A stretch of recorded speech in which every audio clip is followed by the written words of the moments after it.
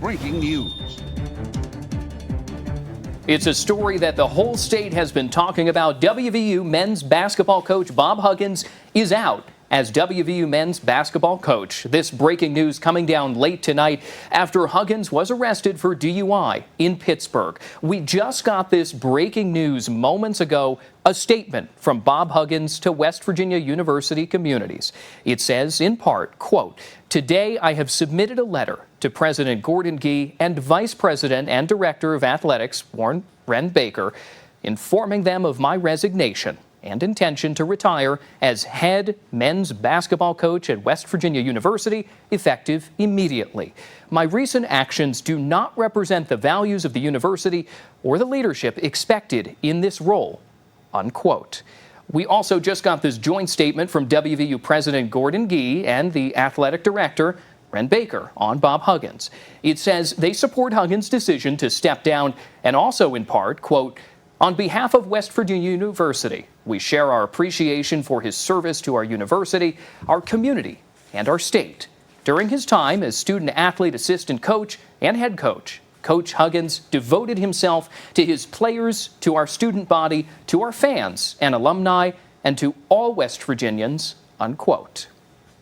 Of course, all of this is because of this police report, and the details are very troubling. I'm joined here at the top of the show by sports anchor Jason Hurst to help us go through all of the details. But first, here is what we know right now about how all of this started. According to Pittsburgh police, officers found Huggins in a black Yukon Denali around 8:30 last night. The vehicle had a shredded tire and was in the middle of the road. The police criminal complaint says an officer asked Huggins to move off the road, but noticed him braking several times, jerking the vehicle, and nearly hitting a wall. That's when the police flashed their blue lights, starting a traffic stop. Now, Jason, this is where some of the really troubling details start. That's right, Daniel. The complaint says Huggins smelled of alcohol, was slurring his speech, and even had glassy eyes. The report goes on to say Huggins didn't even seem to know where he was, didn't know he was in Pittsburgh. Officers asked Huggins several times where he was, and the report says Huggins responded that he was at a basketball camp in Ohio or in Columbus. The report says officers asked Huggins multiple times where he was, and he never said Pittsburgh. The report says Huggins was swaying when he got out of the vehicle and failed multiple field sobriety tests. Officers placed Huggins in custody, and then the officers found empty beer cans in the front passenger floorboards and a trash bag with empty beer bottles in the trunk. And Daniel, when the officers got Huggins to the police station, they performed the field sobriety test again, and Huggins failed all three of them once again, and they gave him a breathalyzer. Huggins blew a .210. That's 2.5 times the legal limit. He also took a blood test, but we don't have those results just yet. He's now been released from custody and will have a preliminary hearing at a much later date.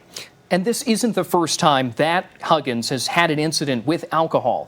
He was charged with and rather convicted of drunken driving back in 2004.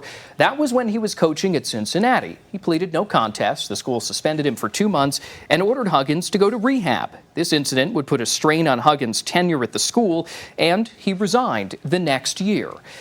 And Huggins is resigning on the heels of another major controversy just last month. That's right, Daniel. That all started after comments Huggins made on Bill Cunningham's radio show that airs in Cincinnati. Now, the coach used a homophobic slur to refer to University of Xavier fans. This led to Huggins being suspended for the first 3 regular season games of the 2023-24 men's basketball season. But the biggest change is Huggins' contract now. The contract changed year to year. It was set to end next April. Huggins also had his annual salary slashed by $1 million. The money was going to be used to support the university's LGBTQ+ center. Now, Huggins is leaving his post as the highest paid state employee and probably the most dominant sports figure in the entire state. He is one of only a handful of Division I college coaches with more than 900 wins in their career, along with 4 Sweet 16 appearances and 1 Final Four appearance in the last 16 years. Huggins was inducted into the Naismith Basketball Hall of Fame in 2022. And of course, WVU will now be on the hunt for a new men's basketball coach. Thank you, Jason. We know you're going to take a look at this later on in sports, including how this impacts the Mountaineers basketball team a little later, and the responses pouring in on social media. Here's just a quick look at what we've found on social media. What an unfortunate way to end a Hall of Fame career. Feel for those kids. More importantly, prayers to Bob Huggins and his family. He needs to seek help and focus on what's most important. My hope is WVU finds a new leader for its men's basketball program, and also that Bob Huggins gets help and then devotes himself to bringing a leading voice against bigotry and drunk driving. His story can be a life lesson for others. One final comment tonight. I'm not surprised. Between his DUI and the comments he made, it's clear Huggins has issues he needs to work out. Huggins resurrected WVU basketball and is forever the king of Morgantown. But it's time for him to enjoy a well-deserved retirement. Thank you, Huggy Bear. And of course, we'll provide updates when we're not on air. You can get all those over on our website, and you can read the entire criminal complaint against Huggins.